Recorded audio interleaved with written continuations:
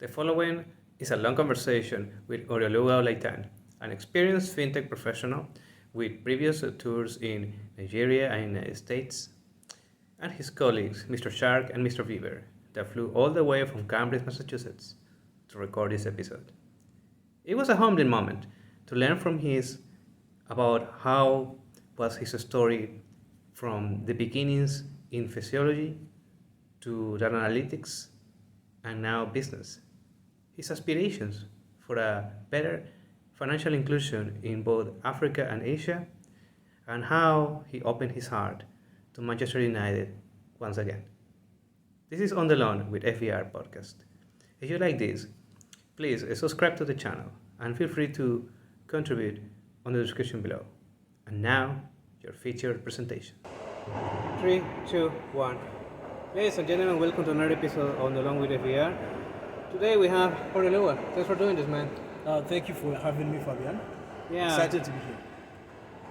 Such an impressive place, which is this building. Happens to be on a fantastic Saturday. It's a lovely sunny Saturday. I think it's rained a couple of times this week in KL, so it's good to see the sun, although it's still hot and humid outside. Oh yeah, we were looking to see which is a good place to record this, and we realized that what about a familiar place, which for some reason you will remember, but you may see right now it was episode 9 with Dr. Sean Ferguson back in the day. Now that we have the opportunity to discuss with you, we would like to know more about what has been your journey so far. So tell us a little more about you.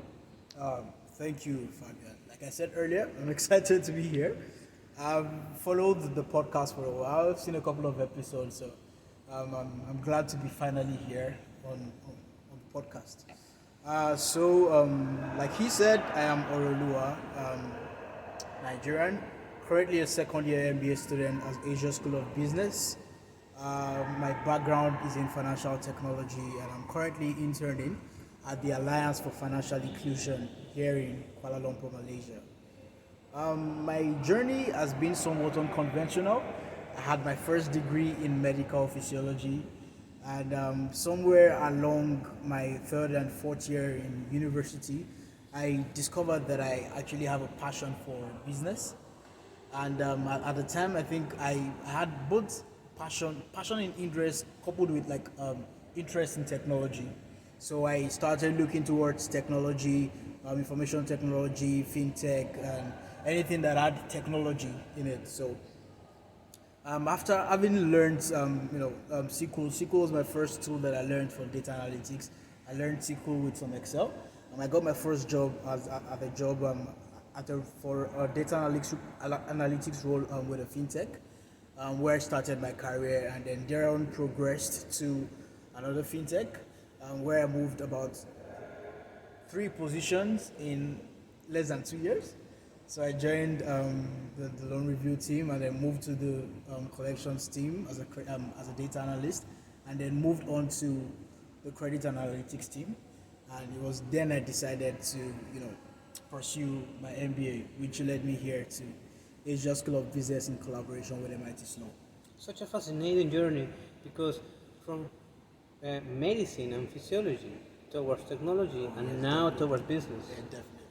Yeah, it's such a so many worlds in one lifetime. Yeah, because let's face it, there are so many people that only see one of those, but you already seen 3. In your journey from doing physiology, how did you complement physiology with technology? Because that's one world, and then technology with business, there's another one totally different. How did you see these 2 different Oreoluwas? I have to say, to be honest, they do not have much in common, right? Medicine is just medicine. It is what it is. We are having research and new discoveries in medicine, but it's still the same. The study physiology is the study of the functioning of the human body, and medicine complements that by treatment and all of that. And then you have technology, which is a whole different world on its own. And so I cannot say that there are things that are similar in them, but we've learned about the concept of transferable skills. And so while you can't say there are similarities in medicine and in technology, you can say that you can see that there are things that you learned, maybe like skills. When you're in medical school, you have to be extremely disciplined because you have lots of work to do in such a number of times. So you have to learn how to manage time. You learn time management. You learn how to prioritize. You know, focus and all of that, and there's a level of concentration that is required, right? And these are some things that I've found very essential in my work in technology. For example, as a data analyst, you get a lot of tasks. The management is asking you to do something, the colleague is asking you for something else, and you have so many tasks at the same time. You need to learn how to prioritize and know which you're supposed to do first, and then which you're supposed to respond to second. Also, you learn that focus is transferable. Ultimately, there are times that you need to put in focus hours to get a code written. You're trying to work on a query, and it takes some time. Takes some time to work on it, and so your ability to focus and stay on the project, stay on the work till it's completed is something that you find extremely useful in your career. So even though there are no similarities between medicine and technology, some of the skills that I learned during my study in physiology I've been able to transfer later on in my career.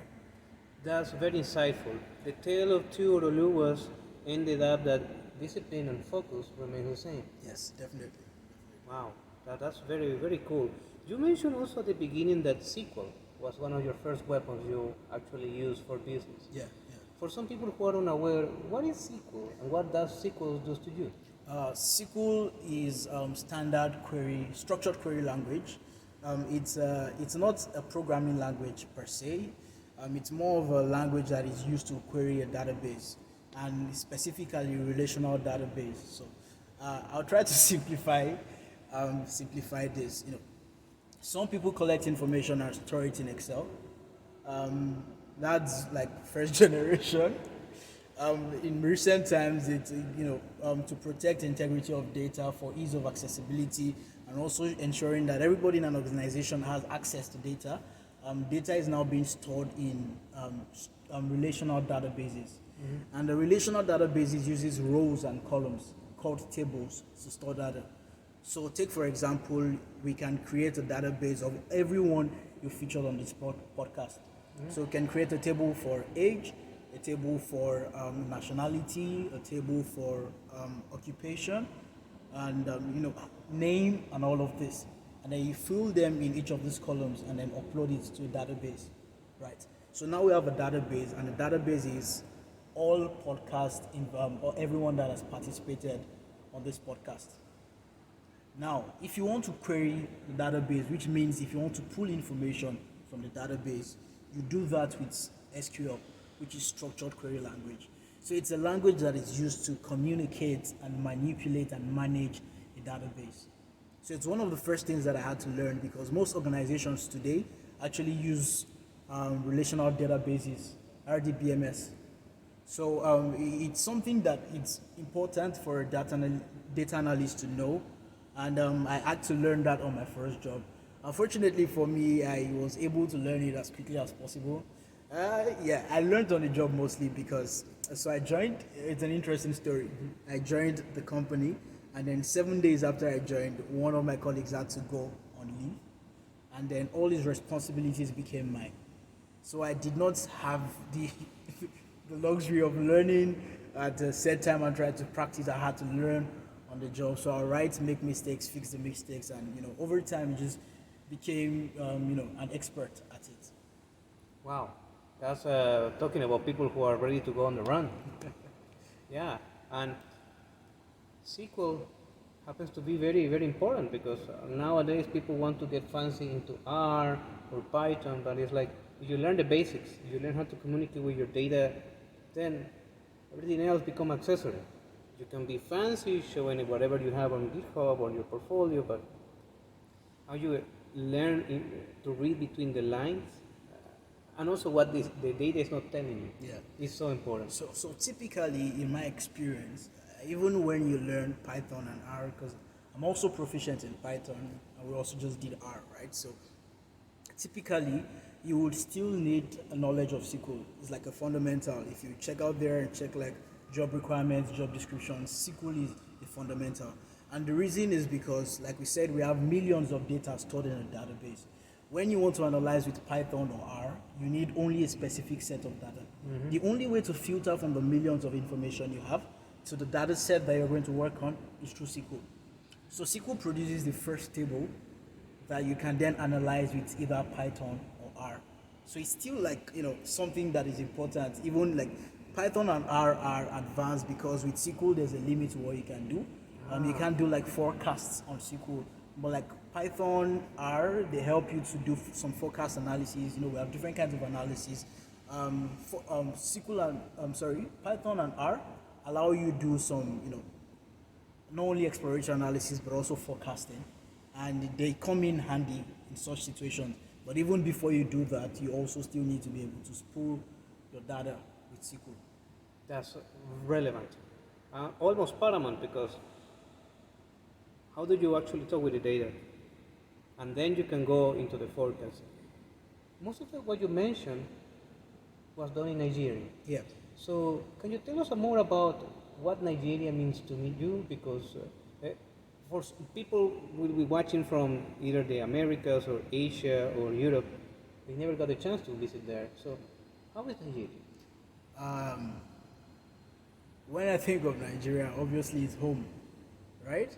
And it's Nigeria it's an amazing country. It's an amazing country. Nigeria is a country that is blessed with a lot of resources. We have oil, we have natural gas, a ton of natural gas. We have so many resources, and after all of this, like when I think of it and I tell people, like in spite of all the resources that we're blessed with, like natural resources, I think the best thing we actually have, or the best resources, are the human resources. There's this thing that comes with growing up in Nigeria that makes you grind. So in Nigeria, what we call grind, we call it hustle, and everybody has to hustle. There are a ton of people who work every day for their income, and they have to wake up every morning and go to work, and it's uncertain what is going to happen that day, but they have to get up and put in work to ensure that they can get their, we call it daily bread. Yeah, the daily bread. Yeah, you just get the daily bread, right? So there's this thing in every Nigerian that makes us resilient. Nigerians are extremely resilient because of some of the conditions that we grew up in. You don't get a handout from the government. You don't get stimulus packages from the government. Everything you do, you have to work for it, right? So you grow up with a lot of grind and energy, and it makes Nigerians extremely resilient. And it's why you see like lots of Nigerians doing exports out there. I was recently reading a report in the US that the most educated expat community in the US are Nigerians. Outside of Americans and Nigerians, and that's incredible, right? So Nigerians are amazing people. Nigerians are kind, interesting people. I think everyone should definitely visit. And we have amazing food, music. Nigerian music is pretty popular, right? Afrobeat is pretty popular, but in spite of all the good things that come out of Nigeria, I believe that the most amazing thing about Nigerians are Nigerians, the people. I agree, because I also met some Nigerians in the past, and they're resilient, and they have an attitude for life that is very singular, because it's like that positive attitude to welcome the grind, and it's like, yeah, we have to grind, no problem, because that's how you get the day by day doing better. Definitely. And something else is optimism. Nigerians are extremely optimistic. I know I'm generalizing a bit, but typically, like most Nigerians that you meet tend to be very optimistic. There's this phrase in Nigeria that one day it go better, and that's pidgin. But what it means is it's going to be better someday. So we're a very hopeful group of people that, in spite of what the current situation might look like, if you keep putting in effort, if you keep grinding, hustling, and one day things are going to get better. So you have the phrase one day you go better. So there's this optimism and always working towards the future and for a better future for themselves, their family, and everyone they care about. I have to recall a memory. It was the Friday after Thanksgiving 2010, and my roommate was Clifford Abutua from Lagos. He was doing his master's in mechanical engineering at Texas A&M. We went to his lab the day after Thanksgiving. Everybody was on holiday to help him work on the data for his thesis because he was about to defend the week after. And he mentioned like that, like he's working so it can be a better day for his family and everything. Definitely. And going into perspective, like, yeah, that actually worked out for him. Then he moved out to outside Houston, and then he relocated to Chicago. That's amazing. So it's true. That thing actually happens. Yeah, it does. There's this whole thing about positivity as well. People say things these days. It's different for all. People call it, attracting things or being positive and all of that. But aside from the, spiritual or religious aspects that could be considered, I believe personally that it's also a state of mind. It's a mental state. Like when you believe that you're going to make something, like the future is going to be better, and like the efforts that you put in are going to yield something in the future, like you get more motivation to work, you get more resilience when hardship comes. And if you recall correctly from Michael Freeze's class, when he talked about entrepreneurship, action learning, learning from experience, he says one of the most important skills of an entrepreneur is resilience, ability to learn from mistakes and keep forging ahead. And it's directly correlated with success. Ability to learn from your errors, your ability to be resilient in the face of challenges is directly correlated with success. That's removing any spiritual or religious perspective to it. Just setting your mind in the right condition correlates to success. I'm glad that you mentioned that because minutes before you arrived to the green room, we were discussing with Emily. Hi, Emily. That the average age of a founder on a startup is around 43 years old. Yeah. Because that person got a lot of reflection, a lot of things and lessons learned to apply in his new project or her new project.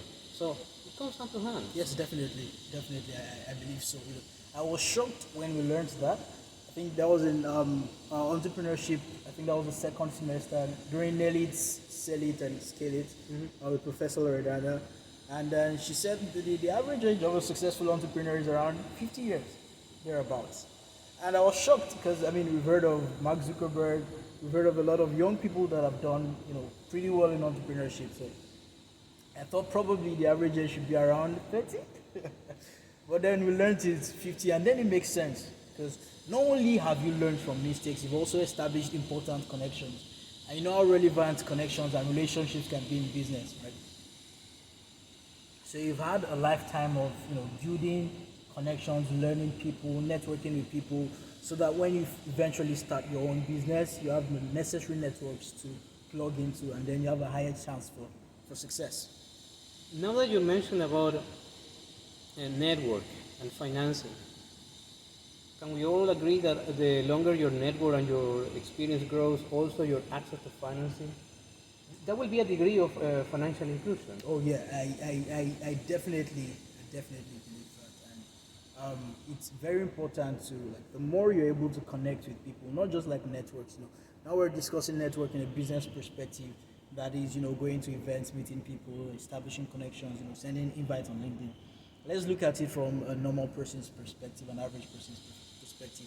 What does network mean to them? Network means interoperability. Interoperability is the ability for someone to, send funds or money from one person to another, and it's a form of network, right? Because then you are able to get access to credit from someone, or like Fabian. Oh, I really have this business idea that I'm trying to work on, and I need a certain amount of money to get you through. Will you be able to send to me? And our network in the case is my ability to reach out to you and for you being able to send to me. So yes, financial inclusion is built on a network effect. The more people you bring on board, the more people that you're able to connect with, and the goal at the end of the day is to have to make everyone have access to um, um, um, credible and solid financial services. Now that you mention about this, that also goes hand in hand with what you're doing nowadays in this summer. Yeah, Can yeah. you tell us a little more? I'm interning at the Alliance for Financial Inclusion, known as AFI. I'm working with the Digital Financial Services team, and what we're currently working on is a report of digital financial services across all AFI members, and we're currently working with 82 countries. Um, a couple of years back, I think around 7 years ago, AFI released this guideline of 5 pillars for the member countries to implement. The 5 pillars in total have 33 indicators, and the expectation is that implementing these indicators is going to help the countries drive financial inclusion, especially as regards digital financial services. I could mention a few of the indicators. You have NFIS, which is the National Financial Inclusion Strategy. You have collecting gender aggregated data. You have payment systems.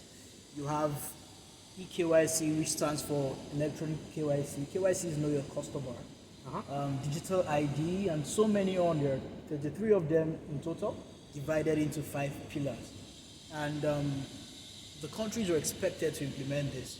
So now what we're working on is to see how far the countries have come in the implementation and to see the results of the implementation. That's impressive. Because if we think for a moment, a lot of people say that they have to travel to make a payment, or they found barriers to make things getting done, or even there is cost in transactions on receiving or sending money. When we are addressing the metrics for financial inclusion, it's like we are right now working on this, so there are no more excuses anymore. Yeah. And it's like, let's keep the money rolling, let's keep the business moving. Yeah, yeah. So my exact role in the team is I'm doing some data analytics. So prior to when I joined, the data from member countries had been collected. There were still a few missing that I helped, joined in collecting, and so we received data from through secondary research primarily, and then also reaching out to these countries, we were able to get information on how far they've come on these indicators. And then my work is to look at the data and see the story it tells. If there are certain informations about the impact of certain indicators on financial inclusion in that country, and something that other countries can learn. Because the foundation of AFI is peer learning. So AFI creates a platform for member countries to share information and share what works for them so that other countries can adapt the same in their own context as well. Yeah, the aspect of learning is something that I also found in the oil and gas industry, also in Africa. And we talked about Nigeria, how rich it is, and there was another country next to Nigeria called Ghana. Yeah. That for all of the sudden, they got no oil until recently. And before they tapped their resources, they were like, wait a second, hold on. Before we open, can we get some advice? And they actually called people from Norway and some people from Nigeria to say, okay, why am I supposed to do, why I'm not supposed to do, so at least I can keep it under control. That kind of learning is like an act of being humble, and also to get lessons improved. People say that it's good to learn by experience, and I totally believe that. I totally believe that it's important to learn by experience, but it doesn't have to be your experience. You can learn from other people's experiences. People think of learning as experience as them having to make the mistake and fail and then try again. There are opportunities for that, but I think the smarter thing to do is to learn from other people's experiences. That way you don't have to make the mistake before you get it right. So you check what works for them, learn from them, gather this information, and try to apply it in your own context. And then see the results that you get from it. So peer-to-peer learning is something that is very important. Yeah, and I'm very happy to see how you are applying the lessons from the Oreo before arriving to Nigeria and to Malaysia, and the current Oreo here in this project. Yes, definitely. Yeah, that's very remarkable. To be honest, I think most of my work these days had to do it like, as Professor Loredana would say, it's a lot of smart and sharp skills. You the job is truly easy. The people are not. The technical parts of the tasks are not the most challenging. The most difficult is managing people, working with people. Learning emotional intelligence, listening, communication. Those are the things that you find most useful. Because everyone's ultimate goal, working with people on the project, the ultimate goal is the same at the end of the day. But how people see things, the perspectives differ. So you work with people, and then you have to have this smart skills to be able to work well with them and get where they're coming from, manage their perspective, and also manage the relationship. So at the end of the day, you're able to achieve the result. Hmm. I totally agree on that. Now that you mentioned the skills, smart and sharp, that will also apply in other aspects of life, in work. So many people here were with you in Cambridge. So, how was the experience of Cambridge compared to what has been going on here? Ah, How was Cambridge for you? KL has been an amazing experience. Being in Malaysia has been an amazing experience, but boxing was a whole new world entirely. uh, there are few feelings that could compare to being at MIT. Everything at MIT is history, is rich. I remember the first day when I took a walk around the dome, and I stopped and I stared at the dome for uh, close to a minute. I was in absolute awe. It's an amazing feeling, the structures around the campus, the rich history of the campus. You're in class sometimes, and the professors are mentioning Nobel laureates that were MIT faculty, some who are still present MIT faculties. The lecturers, the professors were amazing. It was an amazing experience. It was mind blowing. Yeah, and also the most of the rooms have a name. Yeah, yeah. That's something you'd find. Either it was donated by someone, or it was, yeah, one thing or the other. Like, many of the buildings were donated by people, and that's good because it just speaks to the quality of people that the school produces, right? You release alumni that an alumni body that is able to come back and give back to society, and that's what's about at the end of the day. Ability to come back. I'm hoping that at some point in time we'll be able to come back to ESB, and contribute some buildings or do some things for the campus as well. Always about giving back from what you've gained so much from. I agree. To leave it in a better place than we received. Definitely. That's something. Something that people look to aspire to fulfill where their time is limited. Yeah. Talking about that time, we might talk about negotiation because you earn a fame right there in Cambridge, like you were a shark. Can you tell us a little more about it? So I brought two guests to. Yeah, who are the guests? I don't see them. Here's Mr. Shark. Ah, Mr. Shark. Here's Mr. Shark, and here's Tim. Ah, The Beaver. Yeah, there's Tim The Beaver, and they are both awards from negotiation class that I got on different days for different situations entirely. So, in different situations, once was because the scenario was to be pressing, Yeah, and the other one? and the other was for managing difficult tactics. Okay, should I start with the story of both? So Yeah. here's the shark. I think one of our tasks in the negotiation class was to have this interview with a consultant, and the goal there were points assigned to each aspect of the negotiation. So we had salary, I think, we had flight expenses, we had working hours, and all of that. And the goal for you, I was the interviewer, and then I had an interviewee as well. Actually, it was myself and Rafa on the team, so we're three in the team. And the goal of for the interviewer was to ensure that he gained as many points as possible. That means offering possibly the least things to the interviewee as possible, and that was our objective. And I went in there. I created an Excel sheet of what I intended to offer and how many points that I wanted to gain. And the goal was to try to create value outside of the things that were stated on the points system, to ensure that I get as many points as I wanted. Yeah, the negotiation went well. I think I put on a different demeanor. I was a bit stern and straight. I wasn't mean. I wouldn't say I was mean, but I was a bit straight to the negotiation. I wasn't smiling or anything. I was compelling about the company and the value we had to offer. And the negotiation went well. I was with an amazing person as well, and something happened along the line during the negotiation. She said something, but I tried to handle it well. It sounded me. I'm strict. Sorry. So at the end of the day, the negotiation went well. I was pretty convinced that we did well in the group, but I didn't know by how much, like how well we had done, until we got back to the class and then we saw we saw the value, and then there was a Pareto's frontier, and then like my group was up there in the negotiations, like way ahead of the rest of the class in value claimed.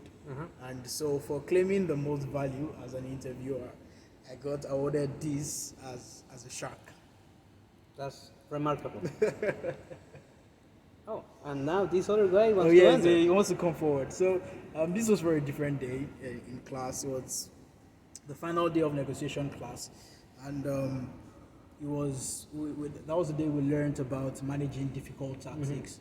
There are certain situations where you meet people or you're negotiating with people, and you're trying to use difficult tactics, trying to stall, using abusive words, using different tactics on you, right? And then I think the TA requested for volunteers, and I volunteered, and fortunately I was selected with Abhijit. I was selected with Abhijit to practice or have a dry run of managing difficult tactics. So he went first. We're given some time to prepare over the break. He went first. I sort of knew what I was going to do in my mind. So he started. I think he talked about my competence, how competent I was. Talked about if I knew what I was doing and if I knew that I was time bound. And I was able to say the right things and use some of the tactics that we had learned from the class, and it went well. And then it was time for me to go. For me to go against him, and then we had that session as well. It was good at the end of the day, and for being able to manage the conversation and react well to the difficult tactics, I got the cute little Tim The Beaver. And I think for me it was like I don't know, more than validation, it was like a discovery moment for me. Something that I've always felt about myself, and like was confirmed. Everyone needs the ability to manage different personalities at different times. There are times where you have to be stern and straight and stand in what you believe in when you're negotiating. There are times also you have to also be calm, listen and manage the situation, especially when like relationship matters in the long term. You don't want to burn bridges while negotiating, so it's important for you to also be able to manage relationships. Yeah. Got this too. Well, here you have it. That's how he got the two little puppies here. So if you want to get them while you are there, now you know how. You have to only be stern and decisive. Anyway, I remember when Rafa and you got the sharks, there was a lot of people trying to buy the sharks, and they went to the store, but it was already discontinued. So one of our members in our cohort wanted to buy it, offer $100 to Rafa, but Rafa was like, no, I want to keep it. Yeah. So it's like, come on, it's more than that. So right now in this video, I'm gonna do this. Just for the record, there is something called AFNA or AFNA, which is you have your minimum price. Yeah. So this is a Bitcoin. Well, it's an actual Bitcoin. So what I'm gonna do right now is to say, okay, this is my offer. I'm offering you 1 Bitcoin for the shark, but I'm not gonna buy it. So not yet. This is my offer. So if you have a better offer in cash, you will accept it. But other person that negotiates with him now has a record that the minimum price is a Bitcoin. Yeah. So. So you can touch it, you can say that's a Bitcoin. Yeah, it's so one if he Bitcoin. agrees, I can get this one. But of course, I'm not going to do that because I want to help want to be on the record that if somebody wants to actually buy that one You from have to him, go above a Bitcoin. a Bitcoin or a cash equivalent. Yes, definitely, definitely. That's true. Yeah, thank you for this. Oh yeah, absolutely. So, So here you I have think, it. yeah, one thing with getting awards, is also the sentimental value that is attached to it. It's not just an award. It's not just like a teddy bear. It's representing a specific moment in a specific time of your life. So whenever you look at it, you're able to you remember that moment, and you're able to reflect on your journey, how far you've come, and how you got this. And it could be on a bad day, and maybe you're having self-doubt or something, and then you remember what you're capable of. You look at it sometimes and like, I'm a shark. I'm a shark, and sometimes that's just the motivation you need for the day. Yeah, you can now say you are sharp as a shark and tender as a beaver. Yeah, exactly. I think I should keep that. Yeah, you can use that I one. should use that. Yeah, because the other one was for a difficult situation. Yeah. They were pressing you too much, You have to be calm and you remain calm. Yeah. That's very, very insightful. Now, comparing these three experiences, which are the legal details that you found in Malaysia that you didn't find somewhere else?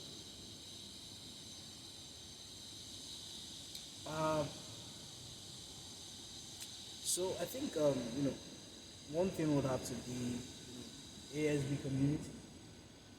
ASB community is unlike any you find. I haven't found a community like the ASB community. It's a bubble. Like everyone here is so welcoming. Everyone here is so kind, so nice, so eager to help with anything you need, and it's not something that you know. When I left home, Nigerians are mostly hospitable. You visit someone, for example, they would insist you eat something at their house, and so I'm used to this atmosphere of warmth and hospitality. So when I came here, I didn't know how I was going to go, but like I found a different community and a different family at ASB, and the ASB community is it's an amazing community. So that's definitely one of the things that I appreciate. Another thing would probably be food. I'm trying to remember the name of. I heard they have something called nasi lemak, nasi Yes, there's goreng, definitely nasi and the other lemak. ones. And I do like nasi lemak, but there's one that is actually my favorite, and I'm trying to remember right now. I can't remember. But it's also a nasi. It's nasi something. And it's really nice. So it's actually my favorite. I get it almost all the time. So yeah, food is great in Malaysia. Weather is pretty similar to what we had back home in Nigeria. So it's either sunny or rainy as well, and it's similar weather here. It's temperate, nice. Yeah. That's cool. And also something I found a little different is like they give you a spoon and a fork. Yeah. And most times I always request for a knife because I'm not used to using the spoon and the fork. Typically you would find like a knife and a fork, right? But here is like a spoon and a fork. So it's a way of eating from here. So I always request for the knife during meals. This is something that they told me. Like they use a spoon to cut the soft meat, like certain kind of a chicken that was built in a certain way or cooked in a different way. And you use the fork to get the meat. And for the rice, they put like you have to use the fork to put it on the spoon. So that's why you have to do both at the same time. But when they give you like a hard meat, like let's say a steak, then you really need a knife. Yeah, definitely. And it's like, why don't you give me the knife to begin with? That's interesting. I didn't know. I didn't know that's how it worked. I happened to learn that because outside the residency, there is like one of those government places, and they have like a food court, very popular. Let's say lunch for 5 ringgit, 6 ringgit, which is like $1.50, more or less. And right there, they have no knife, but it's like, okay, I'm just choosing, get the fish, get the chicken, get the rice, and then it's like, okay, I have to pay in cash, or I have to pay through the QR code, and where is the knife? And it's like, no knife, it's only the spoon and the fork, and that's how I happened to learn about that. Yeah, the interesting thing is with time you get used to it. When you go out the first time, you're like shocked, like, okay. But over time, you get used to it, and then you enjoy Makan. Yeah, that's right. Absolutely. Now, going back in the reflection of the memories, we remembered and we discussed about things that happens in US, things that happen in Asia, things that happen in Africa. And something between Asia and Africa is called Qatar and the World Cup. I remember from my days growing up that Nigeria always had a solid team. So what happened with Now you're Nigeria? breaking my heart. Now you're breaking my heart, man. It was a very sad memory. Our World Cup qualifier. So we are just we played the African Cup of Nations, and we're pretty optimistic about the prospect of going to the World Cup. We won all our games in the group stage. Actually, the only team in the competition that did that. And we're pretty optimistic that with the team that we had and the performances, it was possible to win the African Cup of Nations. Unfortunately, in the round of 16, we faced Tunisia. And West African countries typically have a bad record against North African countries. Ah, Yeah, so I was wary of that. I was pretty concerned, and I hoped that it would go well. Unfortunately, I couldn't catch that game because it was midnight KL, and then I woke up the following morning and checked and discovered that we lost 1-0. Actually, missing a lot of chances, but the scores ended 1-0. Funny enough, Tunisia lost in the next round. in the quarterfinals. Yeah. And then our World Cup qualifier was against Ghana. Nigeria and Ghana have a funny rivalry. Ah. We're rivals for everything. Obviously because that Nigerian music is better than Ghanaian music, and Nigerian food is also better than Ghanaian food. Uh-huh. We have jollof wars and all of that. We also have football wars, and it was an important thing to win. It was a really important game. So we went to the first leg was played in Accra, and then it was a draw, and then we played the second leg at the Teslim Balogun Stadium in Nigeria, and we played a draw as well, but because they scored an away goal, they qualified. So that's how we missed out on the World Cup. Yeah. Nevertheless, the competition is only when we are on the continent. Now that Ghana is going to the World Cup, along with other African countries going, we'll be supporting them and hoping that no African team has ever made it to the semi-finals of the World Cup.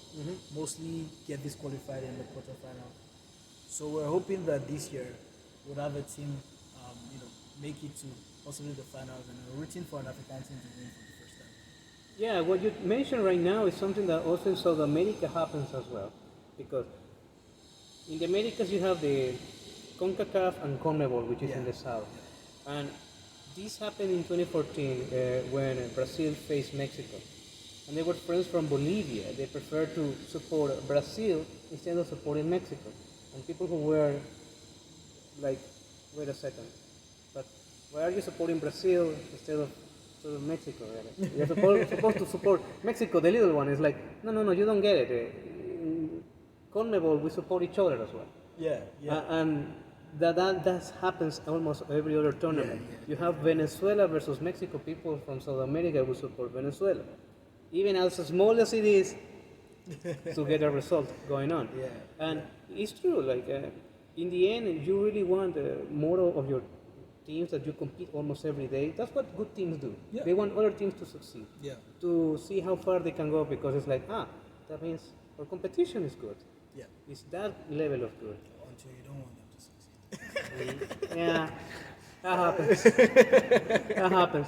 And I have also to say that this story also goes when we have the playoffs, like in the intercontinental playoffs between New Zealand and Costa Rica, or Peru and Australia. You really want the team from your federation to go as far as you can. Definitely.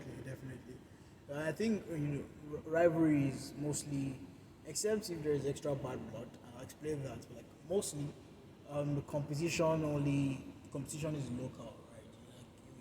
There are city rivalries, club rivalries, and all of that within the same country. When you leave the country, the expectation is that you would support a team from your country or from your league against another opponent. I mean, in most cases, it's supposed to be like that. In few cases, there are exceptions, like at the Champions League finals where I supported Real Madrid. Oh yeah, against and now you're wearing Liverpool. white. Okay, so what happened there? Because I have this story that you are a fan from United, Yeah, I'm a Manchester United fan. and the final was Real Madrid versus Liverpool. Yeah. I'm missing something. Yeah. What is missing? So, if you're familiar with the Premier League, you know that the oldest rivalry in the Premier League is between Liverpool and Manchester United. And that's because those are the two most successful clubs in England. And so we've been rivals for the longest time. And typically, as a rival fan, I do not want to see my arch rival succeeding in a competition. You know, they won the Champions League just a few years back. 2019. Yeah, 2019, and they're close to doing it again. So I didn't want that to happen. So not only did I support Real Madrid against Liverpool, I also did against Chelsea because I did not want Chelsea to win. Chelsea has also won it recently. So I supported Real Madrid against Chelsea, and I supported Real Madrid against Man City, and then supported Real Madrid against Liverpool as well. Yeah, that makes the whole run of Real Madrid almost legendary because they were always the underdogs in every single meeting. Definitely. There are lots of changes that have been taking place in the Spanish teams, Barcelona and Real Madrid. I think many of their squad players aged and retired. Iniesta left, Xavi left for Barcelona, and Messi left, which we never expected or saw coming. For Real Madrid, Ronaldo left, Varane, which is a centre back, left, Sergio Ramos left, Marcelo stopped playing, and so they were going through this period of change and bringing in new players and developing a new squad. So the Real Madrid squad that won the Champions League is relatively new. Only a few players from the previous Champions League winning squad are still present. You had like Marcelo, Bale, I think Casemiro was also present. Just a few of them that had won before Real Madrid winning again. Cruz, I think, was there as well. Toni Cruz. And also Luka Modric. Yeah, Modric. Modric has always been instrumental. They're bringing new squad. So the ability to win the Champions League, or their run in winning the Champions League, even when no one expected that from them, I think it was quite phenomenal. Yeah, it's like one of those good fairy tales that you really want to remember. Especially if we go back and if we want to compare this kind of epicness, it can only be compared to the 1995 or 1996 run of Real Madrid, because on that year they became champions of Europe after like 30 years in the 60s. Yeah. So it's kind of remarkable to see that. And it's incredible the amount of trophies they've won within the last decade. The number of Champions League trophies that they've won, no team comes close. I think they're on 13 now, if not 14. Maybe 14. I think 14. And I think the next team will probably be on like 7. Yeah, so it's like almost twice or almost twice as many Champions League trophies as any other team has won. Yeah, it's true. And that's why it's always a huge deal when they get a new player or to renew a contract from an old player, because you want to see the dynamics of the team, the management of the business, to see, can you keep this player, or can you keep the intangibles of this team intact as long as possible, or who is the manager? Because that was something as well, the whole arc of Carlo Ancelotti to see, can this guy manage the team to victory? Carlo Ancelotti is an experienced manager. It was not his first time winning the Champions League. He's a legend, and he had managed Real Madrid before. And after Zidane left, they tried a number of managers, and it wasn't really working well. And then, the best replacement was Ancelotti, who was experienced, who already had a relationship with the Madrid faithful. He was familiar with the board, and he had like a strict policy and discipline in how he executed his teams. So bring him in bringing him in sort of offers stability to the team, offers stability, and then yeah, it was impressive that they won the Champions League and League, Oh yeah, that's Champions true. League and League in the same season. So yeah, it's also a new season for United. So which are your aspirations as fan to see United in this year? So first, I tweeted something the other day. I was like, I'm ready to love again. And that's because I abandoned He's alright, man. I abandoned football because of Manchester United. But I think I'm ready to love again. The thing with football is it keeps breaking your heart over and over again. Yeah. And at the time you just can't take it anymore. You're like, look, I'm done with this thing. Facing humiliation from Liverpool in the season. Oh yeah. Losing, no, that was a horrible experience. And I was like, no, I'm done with football. You can do whatever you like. But I've been watching the preseason games. We have a new manager, Eric Ten Hag. He had a very successful spell at Ajax. He had a strict philosophy that he executed. He wanted his team to press, possess the ball, create chances, and score. And it worked well. I think his team played impressive football. They had this amazing run a couple of years ago where they made it to the Champions League semi-finals, I think. They lost, but they were really impressive, and it was a young squad. So he's coming, and he's been clear on what he wants. He's going after the players that he wants. He's trying to execute this philosophy. He has made it clear to the players, and from the first two games that I've seen, you can see that the philosophy is working. I mean, it's not set yet; it's still a learning process. But the players are responding better, playing better, pressing better, and scoring lots of goals. So yeah, I'm ready to love again. We'll give this one more shot. Yeah, consistency, especially in the later parts of the season, will be key. Yes, definitely. And one thing that's also important is your squad depth. You need to build a very large team so that when injury strikes, you have a team to execute. And if you look at the other teams as well in the Premier League, they are good parties. Every team wants to keep improving. You know, Raheem Sterling just joined Chelsea. Liverpool signed Darwin Núñez. Man City brought in Erling Haaland. And also Alvarez. Yeah, Alvarez, and Erling Haaland is a player that I admire. He's one of the best young talents out there in football world.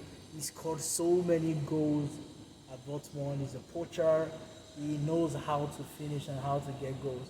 And with the service that you have in the Man City team, with Riyad Mahrez, you have likes of De Bruyne on the team. And also Garlish. Grealish, yeah, Grealish. Jack Grealish. Yes. You have lots of players that can, create spaces, find passes, and create chances. I think that Haaland will be scoring a lot of goals. That's true. So the competition will be relentless for the next season. Definitely. So objectives for the new season has to be at least scheduled and adjusted accordingly. Okay, so I would say it's been a while we won a trophy. So the objective would be to win a trophy, any trophy, to be honest. Any trophy. The Carabao Cup. It could be the or the EFL Cup. It could be the FA Cup. It could be, we're playing in Europa this season, unfortunately. So it could be the Europa Cup. But whatever cup it is, we need to win a trophy. You remind me of the Europa Cup. The last time we won it was in 2017, right? Yeah, we won the Europa in 2017. Yes. Yeah, it was with Zlatan, Valencia, Rooney. Yes, that was a Mourinho side. Uh-huh. Yeah. Yeah, that was the last time. Yeah, that was the last time we won any trophy. Yeah, it's been a while. Yeah, it's time to start lifting another cup on the field. Definitely. And also, it's important that we get back to the Champions League next season. It could be by winning the Europa League or finishing in the top four. But I think nothing less than getting back in the Champions League. Because also that also brings revenue to the team. Yes, brings revenue, also increases the opportunity that the team gets. So currently there's a discussion with Ronaldo. Ronaldo is a Manchester United legend. Is considering leaving the team because the team will be playing in the Europa League. So obviously, he says like the team is not showing sufficient ambition. So he wants to move to a Premier League or any other team that is in the Champions League. That's what happens with players of his caliber. They want to play at the best stage possible, and there's no greater stage in football. maybe except the World Cup. The World Cup itself. Say for club football, there's no greater stage in club football than the Champions League. So the best players always want to play in the Champions League. So that's what happens when you're not in, and that's why it's important to get back in, so you can keep attracting top talent to the team. So I believe PSG can send an offer and say, come and join the likes of whoever is there right now, because at this point, we don't know. We don't know. At this point, we don't know. Yeah, definitely. Or can go back to Madrid, if Madrid wants it. If Madrid wants it. That's absolutely right. Going back in those memories and going towards the future, which can be a recipe for life? Which can be your recipe for life? I'll share like it's a simple quote. Yeah. But there's something that I often say, and that's whatever is worth doing is worth doing well. I live by many principles, but I think the one that resonates with me almost all the time is whatever is worth doing is worth doing well. And I know that that's made me to somewhat of a perfectionist, and being a perfectionist is not always good. There are bad times as well, but having that mind frame makes me put in my best effort into everything that I'm doing, So I want the best possible outcome from anything that I'm engaging in. Because I could get extremely competitive sometimes, but like whatever whatever I'm doing, I believe if it's worth my time, it's worth my best. So whatever the situation is, I think it's a good recipe to have. Putting your best into things and then getting the result from it as well. That's very remarkable. And to conclude this fantastic conversation that we have, there might be some young Oreoluwas watching this. Somewhere in the Americas, or somewhere in Asia, or somewhere in Africa, or even Europe. What piece of advice will you give to your younger self? So I think I'll first commend him. When we learned how to give feedback, you have to commend first, right? So firstly, it's good to be a dreamer. It's good to have dreams and plans. I think it's something that I've had very early on in my life. Always had plans of where I wanted to be in specific time, and what I wanted to have achieved and all of that. And that's good. It makes you detail oriented. It binds you, gives you constraints, and brings discipline to you. But at the same time, you also have to learn that not everything is going to work out the way you plan, and not everything will go the way you want. But at the end of the day, I think God has a way of making things work out at the end of the day. So don't beat yourself up for things. Do your best, and don't find. Sometimes it's very validating to get good results, but you won't always get good results. So learn how to be satisfied by your effort, knowing that you did your best, even if the outcome isn't what you want. You can be rest assured that you put in your best effort. I think that's the best way to manage ambition, as well as your it's like managing ambition together with motivation and drive, and ensure that you don't beat yourself up over things, and you don't get depressed when you don't get things that you want. Those are fantastic words, Oreoluwa. How can people find you? Because I believe they want to hear from you even more. Are you on LinkedIn or on Instagram or on Twitter? I'm on LinkedIn. It's my full name, Oreoluwa Olaitan. You find me on LinkedIn. On Instagram, I won't share my Instagram. On Twitter, it's Olaitan Ore. That's my last name and the first 3 letters of my first name. And Yeah, that would be pretty cool. Thank you, Oreo, for doing all of this, man. Thank you so much for having me. Please stay safe out there and see ya when I see ya. Yeah, I also want to say that Go ahead. it's amazing what you do. This is great. I've followed a couple of episodes, and it's great. Bringing people together from the community and just sharing insights. Because when we talked earlier, we talked about peer learning, and I feel there's a lot to learn from each and every person here. So you've been doing a good job at bringing people and bringing information out of them, bringing insights for the entire community to learn from. And I just wanted to commend you on that. Thanks for having me. Thank you, Oreo. And with that in mind, let me extend the episode a little more minutes, maybe 2 more minutes, because I need to reveal why people have been curious, why I was looking for Tim The Beaver. Yeah. So this little puppy right here, if you see it, is a mascot of the MIT Sloan, the School of Massachusetts Institute of Technology. The day was November 4, 2020, and things were very bad, but I was applying to business schools and everything. A friend of mine asked me how I was doing, and I was telling her that I was trying to do these applications, finishing all of this, thinking to maybe get on a scholarship to go to these schools. And she told me, Fabian, don't be delusional. You don't belong to that place. Why don't you go, grab your things, and go to a homeless shelter, maybe ask for the Scientology people, and go to them, ask for help. And I was impressed to see and hear from her words of advice how she was thinking about this idea. So going full circle, and after so many months, and after applying and getting the interviews and everything and experiencing all of this, when I was looking for the Beaver team, the mascot of MIT, was also a way to close this narrative for good. So I didn't want to prove her wrong, I just wanted to prove myself right. Yeah. That I was able not only to do what I was planning to do back then, but also to do it in the right way. Yeah. So when I was looking for the mascot, which not many people inside MIT is sometimes able to get a picture with him, Yeah. I finally got it, and it was like, good. It was a good day.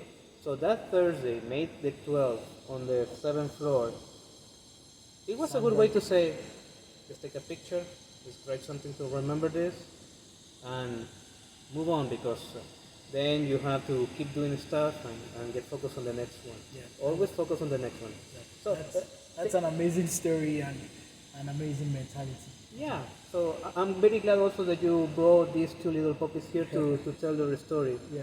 So once again, thanks for the opportunity. Thank you for both sides. Thank you. So, friends, please stay safe out there, and see you when I see you.